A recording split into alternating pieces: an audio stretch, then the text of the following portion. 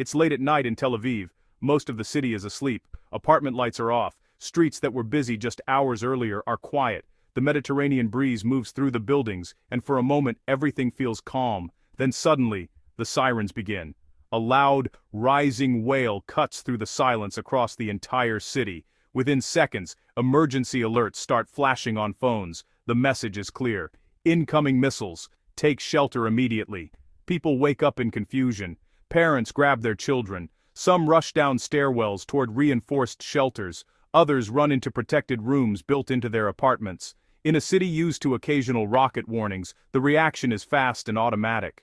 But something about this alert is different. High above the region, Israeli radar systems are already tracking the objects in the sky.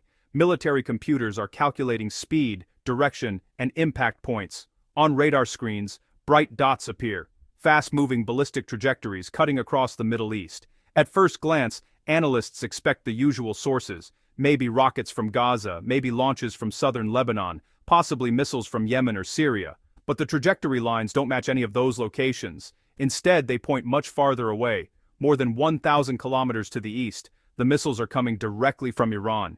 This is what makes the moment so shocking. For years, Israel has dealt with attacks from Iranian-backed groups across the region, Hezbollah in Lebanon, militias in Syria, rockets from Gaza. Those conflicts are dangerous, but they follow a familiar pattern of proxy warfare. A direct ballistic missile strike from Iranian territory is something entirely different.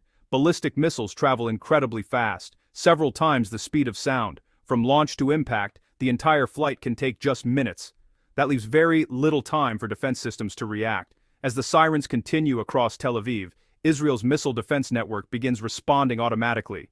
Interceptor missiles launch into the night sky, racing to meet the incoming threats before they reach the city. Some of those threats will be stopped, but not all of them. And that raises the questions everyone is now asking. How did Iranian missiles reach Tel Aviv in the first place? How did some of them get past Israel's advanced defenses? And most importantly, what happens next? Now that we understand the moment the alarms began, the next step is to look at what actually happened behind the scenes. According to early reports and military tracking data, the attack began hundreds of miles away inside Iranian territory. Several Sagiel-2 ballistic missiles were launched from sites controlled by the Islamic Revolutionary Guard Corps, or IRGC. These are not small rockets like the ones often fired by militant groups. Ballistic missiles are far larger, far faster, and designed to travel extremely long distances. Once launched, the missiles follow a ballistic trajectory, meaning they rocket high into the upper atmosphere, arc across the sky, and then descend toward their target at tremendous speed. Think of it almost like throwing a ball very high into the air. It goes up, curves across, and then falls back down. But instead of a ball, imagine something moving thousands of kilometers per hour. Within seconds of launch, the missiles were detected by early warning radar systems monitoring the region. Israeli defense networks constantly scan the skies for this exact type of threat. The moment the launches were detected, computers began calculating their flight paths. That's when the alarms went out across Tel Aviv. Immediately, Israel's layered missile defense system went into action. Israel doesn't rely on just one defense system. Instead, it uses multiple layers, each designed to intercept different types of threats. The first system most people have heard of is Iron Dome. Iron Dome is incredibly effective, but it's mainly built to stop short-range rockets, the kinds launched from Gaza or nearby areas. For larger threats, Israel relies on more advanced systems. The next layer is David's Sling, designed to intercept medium-range missiles and heavy rockets. Above that is the Arrow missile defense system, specifically designed to destroy long-range ballistic missiles, the kind that travel hundreds or even thousands of kilometers. When the Iranian missiles were detected, these systems began working together almost instantly. Radar stations tracked the incoming objects. Computers calculated where they were heading. Interceptor missiles launched to destroy them in the air, and in many cases, they succeeded. But missile defense is never perfect. The problem comes down to something called saturation. If a single missile is fired, defenses usually have a strong chance of stopping it. But if multiple missiles arrive at once, traveling at extreme speed, the defense system has to respond to all of them at the same time. Each interceptor missile can only engage one target, and that means if enough threats arrive together, the system can become overwhelmed. It's kind of similar to trying to catch several balls thrown at you at the same time. Even if you're very skilled, eventually one or two might slip through. That appears to be what happened here. While several of the incoming missiles were intercepted in the sky, reports indicate that some warheads still made it through the defensive shield and reached the city. And what those warheads carried is what makes this situation even more serious. Because these were not ordinary missile payloads. Some of them were believed to contain cluster warheads, a type of weapon designed to spread destruction across a much wider area.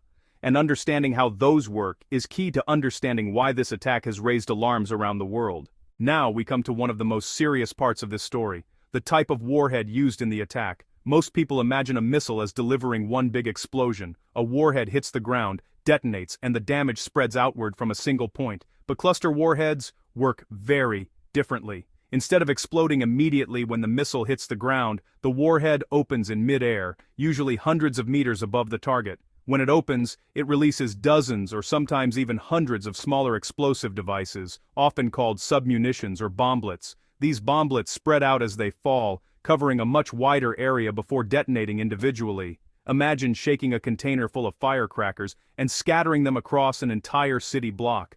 Instead of one blast, you get many explosions happening almost at the same time. That's the basic idea behind a cluster warhead. The difference in impact can be huge. A standard warhead might destroy or damage a single building or a small area around the impact point, but a cluster warhead can spread destruction across multiple streets, parking lots, rooftops, and public spaces. In a dense city like Tel Aviv, where apartment buildings, businesses, and crowded streets sit close together, that wider footprint can create chaos very quickly. Emergency services suddenly face multiple impact sites instead of just one. Fires may break out in different places at the same time. Ambulances and rescue teams have to spread out across several blocks rather than focusing on a single location. But there's another danger that many people don't realize. Not every bomblet explodes. Cluster munitions have something called a dud rate, which means a certain percentage of those submunitions fail to detonate when they hit the ground. Instead, they remain where they landed. Some might end up in streets, some on rooftops, others inside damaged vehicles or piles of rubble, and that creates a new risk. Those unexploded bomblets can remain dangerous for a long time. Someone clearing debris, opening a car door, or simply walking through a damaged area could accidentally trigger one. In effect, they can turn parts of a city into temporary minefields, long after the missile strike itself is over. Because of these dangers, cluster munitions have become extremely controversial around the world. In 2008, many countries signed the Convention on Cluster Munitions, an international treaty that bans their use, production, and transfer. However, not every country joined that agreement. Some nations, including several major military powers, never signed the treaty, meaning they are not legally bound by it. And that leaves the international community facing difficult questions whenever cluster weapons appear in a conflict. But to fully understand this attack, we also need to look at the weapon that delivered those warheads. Because the missile used here, the Sejil-2, is not just any missile. It's one of the most advanced long-range weapons in Iran's arsenal. To understand how these warheads reached Tel Aviv, we need to look at the missile that carried them, the Sejil-2. The Sejil-2 is one of the most advanced ballistic missiles believed to be in Iran's arsenal. It's a two-stage missile, meaning it uses two separate rocket engines that ignite one after the other during flight. The first stage lifts the missile out of the atmosphere, and the second stage pushes it the rest of the way toward its target. This design allows the missile to travel very long distances. Most military analysts estimate the Sejil-2 has a range of roughly 2,000 kilometers, which means it can reach targets across much of the Middle East. From central Iran, that range easily includes every major city in Israel. But one of the most important features of the Sejil-2 is something many people don't notice at first. It uses solid fuel. That might sound like a small technical detail, but in missile warfare it makes a huge difference. Older ballistic missiles often use liquid fuel, which has to be pumped into the missile right before launch. That process can take a long time and requires large fueling vehicles and crews working in the open, and that creates a vulnerability. Satellites watching from space can often detect those fueling operations. If a missile needs an hour or more to prepare, it gives the opposing side time to notice what's happening and possibly take action. Solid fuel missiles change that equation. Because the fuel is already inside the missile, they can be stored ready to launch for long periods of time. When the order comes, crews can fire them within minutes. It's similar to the difference between lighting a campfire and flipping a light switch. One takes time and preparation. The other happens almost instantly. That speed dramatically reduces the warning time for defenders. Many solid-fuel missiles are also designed to be mobile. They can be carried on large transporter vehicles that move along roads or hide in protected launch sites. That mobility makes them harder to track and harder to destroy before launch. Then there's the missile's final phase of flight, known as the terminal phase. After traveling high above the atmosphere, the missile begins its descent back toward the target. During this stage, it accelerates downward at extremely high speeds, often several times faster than the speed of sound. At those speeds, defenders have very little time to react. Radar detects the incoming object, defense computers calculate where it's heading, interceptors launch to meet it in midair. But the entire sequence may happen in seconds. Stopping a ballistic missile in that final stage is sometimes compared to hitting a bullet with another bullet, and when multiple missiles are arriving at once, the challenge becomes even greater. Which leads to the next critical question in this story. If Israel has one of the most advanced missile defense networks in the world, how did any of these missiles get through? To understand that, we need to look at how even the best defense systems can be overwhelmed. At first glance, Israel's missile defense network seems almost unbeatable. Over the past decade, systems like Iron Dome, David's Sling, and Arrow have intercepted thousands of incoming rockets and missiles. Many videos online show interceptors shooting into the sky and destroying threats before they reach their targets. So when people hear that missiles still hit a city, the first reaction is often confusion. If the defense systems are so advanced, how does that happen? The answer comes down to the reality of how missile defense works. Every missile defense system follows a basic sequence. First, radar detects an incoming object. Then powerful computers quickly calculate its trajectory, trying to predict exactly where it will land. If the object is heading toward a populated area or a critical site, the system launches an interceptor missile designed to destroy it in midair. This process happens incredibly fast, but it still has limits. One major limitation is something military planners call saturation. Saturation occurs when many missiles are launched at the same time, forcing the defense system to deal with multiple threats simultaneously. Think of it like a soccer goalie facing a penalty kick. If only one player shoots, the goalie has a good chance of blocking it. But if 10 players kick 10 balls at the goal at the same time, even the best goalkeeper in the world couldn't stop all of them.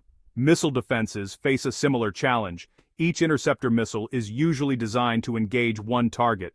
That means if 5 incoming missiles are detected, several interceptors must be launched to deal with them. If 10 or 15 arrive at once, the system suddenly has to track, calculate, and respond to all of them simultaneously. And there's another complication. Not every incoming missile is equally dangerous. Some may be heading toward open land, empty desert, or the sea. Defense systems try to prioritize which threats must be intercepted and which ones can be ignored. But when missiles are arriving very quickly and in large numbers, those decisions have to be made in seconds. Sometimes, one slips through. It's important to understand that this doesn't necessarily mean the defense system failed. In many cases, intercepting most of the incoming missiles is already a major success. But when the weapons involved carry cluster warheads, even a single missile getting through can cause widespread damage, and that's why this attack has drawn so much attention from military analysts around the world. Because the strike wasn't just about the weapons used, it was also about who launched them. For years, Iran has mostly avoided direct attacks on Israel, instead relying on groups across the region to apply pressure. But this time, the missiles appear to have come straight from Iranian territory, and that raises a much bigger strategic question. Is this simply another escalation in a long-running conflict, or does it signal a major shift in how this confrontation is being fought? For many years, Iran has followed a strategy that military analysts often call indirect confrontation. Instead of attacking Israel directly, Iran has usually operated through allied groups and proxy forces across the Middle East. These include Hezbollah, Oerdurindans, Al-Spawbreed, and Stans, Hezbollah, Owalan, Azbawan, in Lebanon, which has one of the largest rocket arsenals in the region. Militia groups in Iraq and Syria that sometimes target U.S. or Israeli interests, and the Houthis in Yemen who have launched missiles and drones across long distances. This network allows Iran to apply pressure on its rivals without openly entering a full-scale war. Think of it like a chess player moving pieces across the board instead of putting the king directly in danger. By working through partners and allies, Iran can influence events while maintaining a level of strategic distance. But a direct ballistic missile strike from Iranian territory changes that pattern. When missiles launch from Iran itself and travel over 1,000 kilometers toward a major Israeli city, the line between proxy conflict and direct confrontation starts to disappear. That's why many analysts see this moment as a potential turning point. Direct strikes between major regional powers carry a much higher risk of escalation. Once two countries begin attacking each other openly, it becomes much harder for either side to step back without appearing weak. So why might Iran make this kind of move? There are several possibilities experts often discuss. One reason could be signaling capability, showing that Iran can reach targets across the region with advanced long-range weapons. Another possibility is deterrence. By demonstrating its ability to strike directly, Iran may be trying to warn adversaries that any attack on Iranian territory could trigger a powerful response. It could also be a reaction to previous events or covert operations that haven't been fully revealed to the public yet. In conflicts like this, actions and counteractions often happen in the shadows long before they become visible. And finally, it could be an attempt to shift the balance of pressure in the region, forcing global powers to pay attention and engage diplomatically. But regardless of the motivation, the impact is clear. When ballistic missiles travel from one country directly into the heart of another country's major city, the stakes rise dramatically, which leads to the question everyone is now watching closely. How will Israel respond? Because historically, Israel's security doctrine has been built on one key principle. When deterrence fails, the response must be strong enough to restore it immediately. And that means the next moves in this situation could determine whether this crisis cools down or grows into something much larger. Whenever Israel faces a major attack, one idea shapes almost every military decision it makes: deterrence. Deterrence simply means convincing your enemies that attacking you will cost them far more than they gain. The goal is not just to respond to one attack, but to make sure future attacks become far less likely. For decades, Israel has followed a strategy often described as overwhelming retaliation. If a serious strike occurs, the response is designed to be powerful enough that the other side thinks twice before doing it again. And when a ballistic missile attack targets a major city, the pressure on Israel's leadership to respond becomes extremely intense. Military planners and analysts are already discussing several possible options. One possibility is targeting the missile infrastructure itself. That could mean strikes on launch sites, storage facilities, or bases used by the Islamic Revolutionary Guard Corps. The goal would be to reduce the enemy's ability to launch similar attacks in the future. Another option could involve command and control facilities, locations where military operations are planned and coordinated. Disrupting those centers can make it harder for an adversary to organize further strikes. There are also less visible tools that could be used. Israel has long been known for advanced cyber capabilities. Cyber operations could potentially target communication networks, military systems, or infrastructure connected to missile programs. Some analysts also mention a far more sensitive possibility: strikes on nuclear-related facilities. For years, Israel has considered Iran's nuclear program a critical red line. Any move in that direction would carry enormous political and military consequences. But Israel would not be making these decisions alone. The United States plays a major role in regional security, and American forces maintain a strong presence across the Middle East. U.S. Navy carrier strike groups, advanced aircraft, and missile defense systems are all part of that security network. Whenever tensions spike, Washington and Jerusalem typically move into immediate consultation. Military leaders and political officials share intelligence, discuss possible responses, and coordinate strategy. Right now, observers around the world are watching carefully for signals, movement of naval forces, changes in military alert levels, or emergency diplomatic meetings. Because the next 48 to 72 hours could be extremely important. In situations like this, decisions made within a few days can shape the direction of a conflict for months or even years. And that's why the consequences of this strike go far beyond one night in Tel Aviv. They could influence the balance of power across the entire Middle East. At this point, the story is no longer just about one missile strike or one city. What happened here could have much larger consequences for the entire region. The Middle East has always been a complex web of alliances, rivalries, and fragile balances of power. When two major players like Iran and Israel move closer to direct confrontation, the effects can ripple far beyond their borders. One immediate risk is the possibility of a wider regional conflict. Iran is connected to several armed groups across the region, and Israel already faces tensions on multiple fronts. If the situation escalates further, fighting could spread into places like Lebanon, Syria, Iraq, or the Red Sea. Each new front would make the conflict more difficult to control. Another concern is the potential impact on the global economy. The Middle East plays a crucial role in the world's energy supply. Any major escalation that threatens shipping routes or oil infrastructure could send shockwaves through international markets. Even the perception of instability can cause energy prices to spike, affecting countries far away from the conflict itself. Then there is the role of the major world powers. Countries in Europe, along with the United States, Russia, and China, all have strategic interests in the region. Diplomatic pressure will almost certainly increase as governments try to prevent a larger war from breaking out. Emergency meetings, negotiations, and public statements may follow in the coming days, but while world leaders debate strategy and diplomacy, the reality on the ground is far more immediate. In Tel Aviv, emergency crews are still working, firefighters are putting out fires, medical teams are treating the injured, residents are assessing damage to homes, businesses, and neighborhoods that just hours earlier looked completely normal. For the people who live there, this isn't just a geopolitical headline. It's a night they will remember for the rest of their lives. And the truth is, the story is still unfolding. The missiles may have already landed, but the real consequences of this strike are only beginning. If you want to stay informed as this situation develops, make sure to subscribe to the channel and turn on notifications so you don't miss the next update. We'll continue following the confirmed reports, the international response, and what happens in the critical hours ahead. And if you have questions or thoughts about what this could mean for the region, drop them in the comments below. I read them, and they often help guide what we cover next.